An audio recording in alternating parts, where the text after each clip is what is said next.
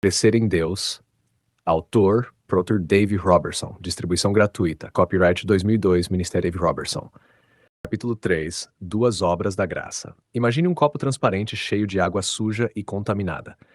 É assim que o seu espírito era para Deus antes de você nascer de novo. O Espírito Santo não poderia ter vindo viver em seu espírito antes de você se tornar uma nova criação, assim como você não poderia permanecer limpo enquanto estava submerso em um tanque de resíduos em decomposição.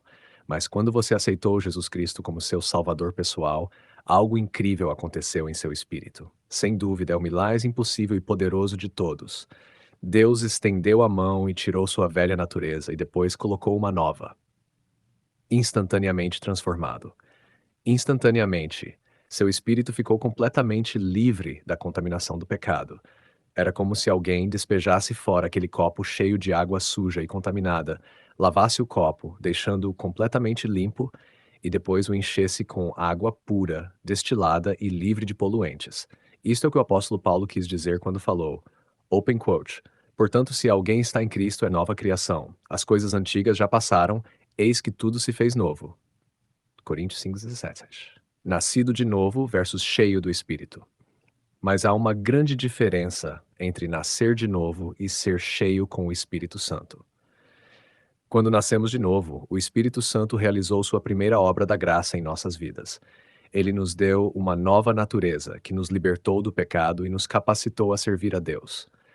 Mas no instante em que somos libertos do pecado, o Espírito Santo está pronto para realizar sua segunda obra da graça. Ele quer derramar-se em nosso espírito e nos dar o dom de revelação de falar em outras línguas. A segunda obra da graça. Nascer de novo ainda é algo que você experimentou como ser humano. No momento você estava perdido e indo para o inferno, e no momento seguinte, nasceu de novo e foi para o céu. Você ainda é um ser humano, mas possui uma nova natureza, que o qualifica totalmente para a segunda obra da graça do Espírito Santo, quando ele o batiza consigo mesmo e com poder. É o Espírito Santo quem traz o poder de Deus para a sua vida. Quando você está cheio com o Espírito Santo, não é apenas mais um ser humano, você é uma pessoa vivendo com o poder do Espírito de Deus dentro de você. A promessa do poder. Isso explica porque Jesus disse aos seus discípulos após a sua ressurreição, open quote, eis que eu sobre vós envio a promessa de meu Pai. Contudo, permanecei na cidade até que sejais revestidos do poder do alto. Close quote. E também, open quote, contudo recebereis poder quando o Espírito Santo descer sobre vós, e sereis minhas testemunhas, tanto em Jerusalém como em toda a Judéia e Samaria e até os confins da terra. Jesus sabia que quando o Espírito Santo viesse, seu poder também viria.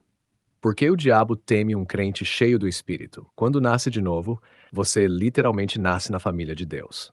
Se torna um cidadão do reino de Deus. É por isso que Efésios 2:19 diz, open quote, portanto, não sois mais estrangeiros, nem imigrantes. Pelo contrário, sois concidadãos dos santos e membros da família de Deus. Close quote.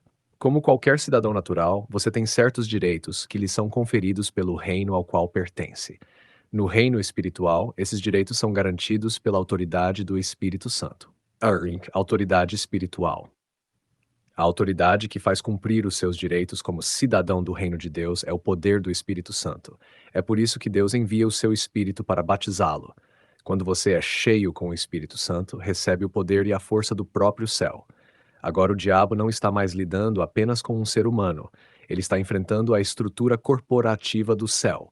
Você tem todo o poder do céu, contigo, para fazer valer seus direitos como crente. O medo do inimigo. Consegue ver por que o diabo tem tanto medo do batismo com o Espírito Santo? Ele fará qualquer coisa para impedir que um crente seja cheio com o Espírito Santo. Satanás sabe que é muito mais fácil impedi-lo de receber o batismo do que lidar com você depois de já ter recebido esse dom. Infelizmente, ele é muito bom no que faz, usando doutrinas confusas para convencer novos crentes de que o falar em línguas e os milagres desapareceram com os apóstolos. A estratégia do inimigo. Mas e se você ficar cheio com o Espírito Santo e começar a falar em outras línguas? Satanás sabe que se não te impedir no início dessa experiência, antes que ela amadureça, ele terá muito mais problemas com você depois. Por isso, ele tenta te parar antes que você flua no poder do Espírito Santo. Se ele esperar até que você esteja orando em línguas e vivendo sob esse poder, já será tarde demais. O poder da oração em línguas. Veja, algo maravilhoso acontece quando você ora em outras línguas. O Espírito Santo responde às suas orações, substituindo seus programas antigos e pecaminosos pelo seu programa de liberdade e vitória.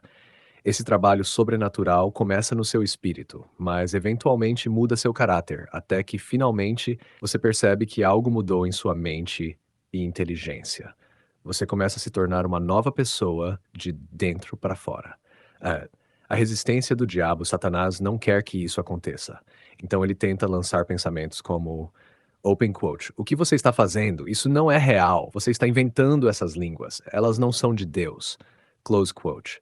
Mas ele sabe que se você descobrir o poder da oração em línguas, ele será exposto como a fonte da resistência e terá que sair da sua vida em nome de Jesus. Encorajamento final. Mas lembre-se, o diabo é um mentiroso. Se ele não conseguiu impedir que você nascesse de novo, como vai te impedir de receber os benefícios do batismo com o Espírito Santo? Open quote. Ele não pode. Close quote. Conclusão prática. Portanto, haja de acordo com o que foi ensinado. Se você ainda não foi cheio com o Espírito Santo, cuide disso agora. Veja a oração para ser cheio do Espírito Santo na página 52.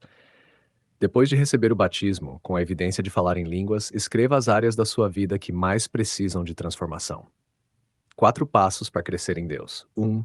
Ore no Espírito durante todo o dia.